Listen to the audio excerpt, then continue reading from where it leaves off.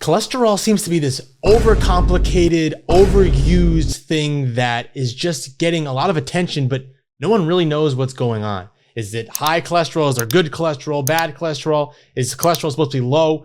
We have no idea, for the most part, what's actually true.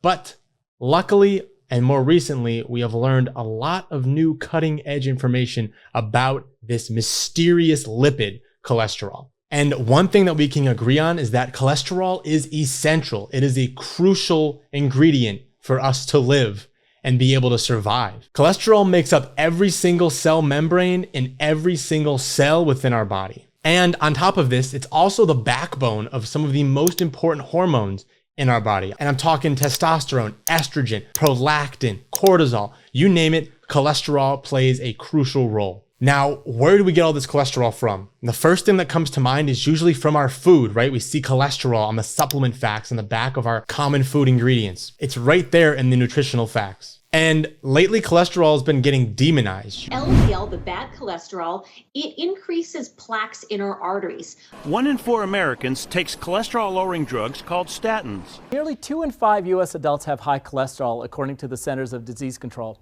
Untreated, high cholesterol can lead to heart disease and stroke. You've been hearing that you shouldn't be eating eggs, you shouldn't be eating things that are high in cholesterol, you should be avoiding anything that's high in cholesterol. But the interesting part here is that the cholesterol we produce and that is mainly used in our body is actually not the cholesterol that we consume. And on top of that, the cholesterol in our body actually gets recycled, so it can be used multiple times. It's actually only a very small amount of dietary cholesterol that makes it into our system. But then what's this big deal about good cholesterol and bad cholesterol? Why do we hear these terms? You have to have high good cholesterol and low bad cholesterol. What does this even mean? So first and foremost, we've come to the conclusion that the cholesterol we digest doesn't really have an impact on our cholesterol levels. Now, here's another secret. Good cholesterol and bad cholesterol is actually just propaganda. It's not real. This isn't the actual science of cholesterol. But before we get into that conspiracy, let's talk about a different conspiracy that might be a little fun.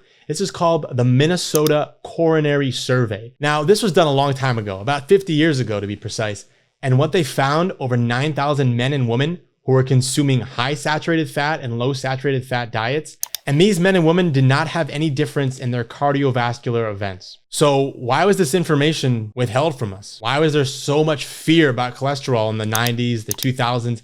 Even today, that fear still lingers. And remember, cholesterol is different than saturated fat. So cholesterol was demonized. We found out that's not true. And articles are starting to tell us that that's actually not true. Even things like the American Heart Association and Harvard articles are showing us that cholesterol consumption does not actually increase cholesterol levels. However, we also found that saturated fat, which also has been demonized lately, does not, in this study of 9,000 people, change the likelihood of any adverse cardiovascular effects. And the conspiracy behind this research paper is that it was published 13 years after it was actually done. And it was published in a very unknown journal and was kind of swept under the rug because the results weren't sexy, they weren't spicy, they didn't drum up fear within people. Actually, you can eat more saturated fat or less saturated fat and probably will be all right in either case. However, these studies are cool, but what are we supposed to do? What is our step? Should we cut out butter? Should we add more butter? Should we eat steak? Should we eat less steak? Should we eat eggs? Should we not eat eggs? What are we actually supposed to do? And then when we take our blood test, is the LDL bad? Is the HDL good? Should we try to increase our HDL and decrease our LDL at the same time? What's the best possible scenario here? Well, we know that it's already a problem that we call it bad cholesterol and good cholesterol because all cholesterol is the same and all cholesterol is important. Like I mentioned earlier, cholesterol plays a very important role in your hormone production, not to mention countless other crucial events that happen within your body every single day. Now, before I get into what you should be eating and how you should be looking at cholesterol in order to optimize your hormone health and your overall wellness and sense of well-being, let's look at what LDL actually is. And what LDL is something that carries the cholesterol. It's a carrier for cholesterol. The only thing that's bad here is when LDL gets oxidized and stuck into your arteries. Now, there are many theories on how this actually happens, but it seems like saturated fats are not actually the culprit here. Here's the real deal. HDL and LDL are just lipoproteins. The cholesterol is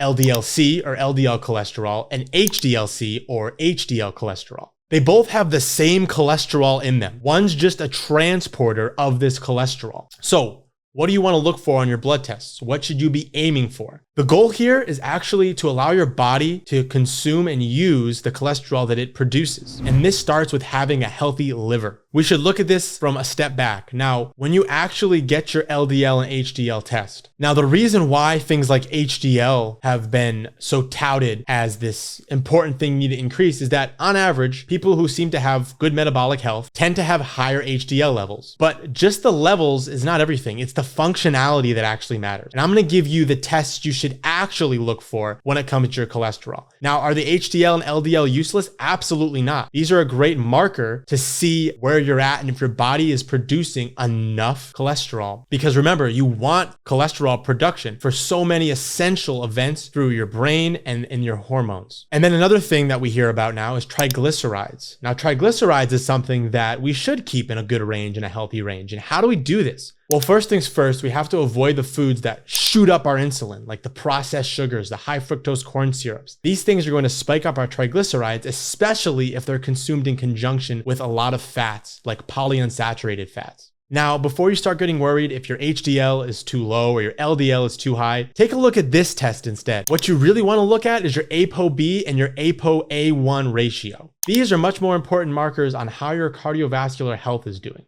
according to recent science. And on top of that, you want to look at liver health too, because saturated fat on its own is not harmful. But studies in humans have shown that saturated fat in combination with things like polyunsaturated fats increase that risk of oxidation and add stress to the liver. So that's a double whammy because the oxidation not only impacts the arteries, but it also impacts your liver health. And things like vitamin E can help mitigate those risks from the high polyunsaturated fatty acids. And remember, our liver is doing a lot. Our liver is already trying to take care of all the plastics that we're consuming from our environment, all the alcohol that's been normalized that people are consuming on a daily or weekly basis. And the liver has a lot of work to do. So remember this, the body is incredibly intricate and it's different per person, it's individual. And on top of this, cholesterol is no exception. Heart health, hormone health, artery health, even down to cellular health, all revolve around cholesterol. And there's so much more than just one diet or one pill to solve all of these things. It's truly a combination of eating real food, JERF, just eat real food,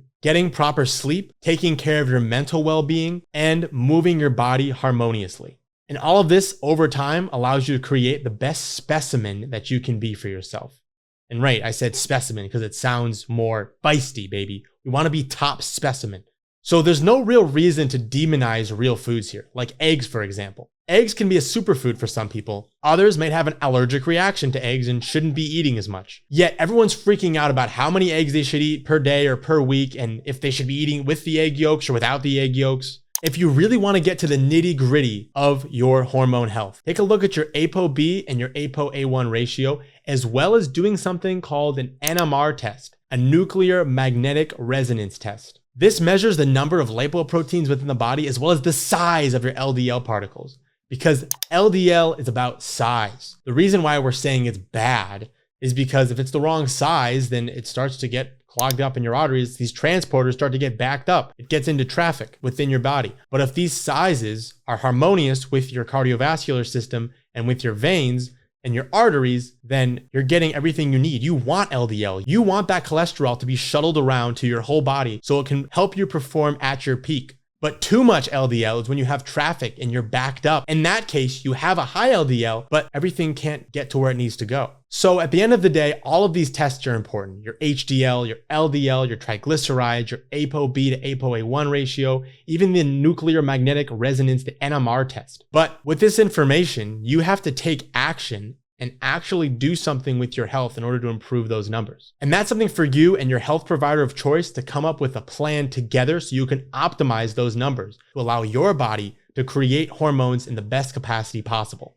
among countless other crucial events within your body. And that is why it is so important to have individualized information. So let me know what your thoughts are, if you're afraid of where your cholesterol levels are at, or if you've only gotten your HDL and LDL tested and everything seems fine, but maybe there's something else that you still feel like is missing. Leave everything in the comments below. And of course, like and subscribe for your health.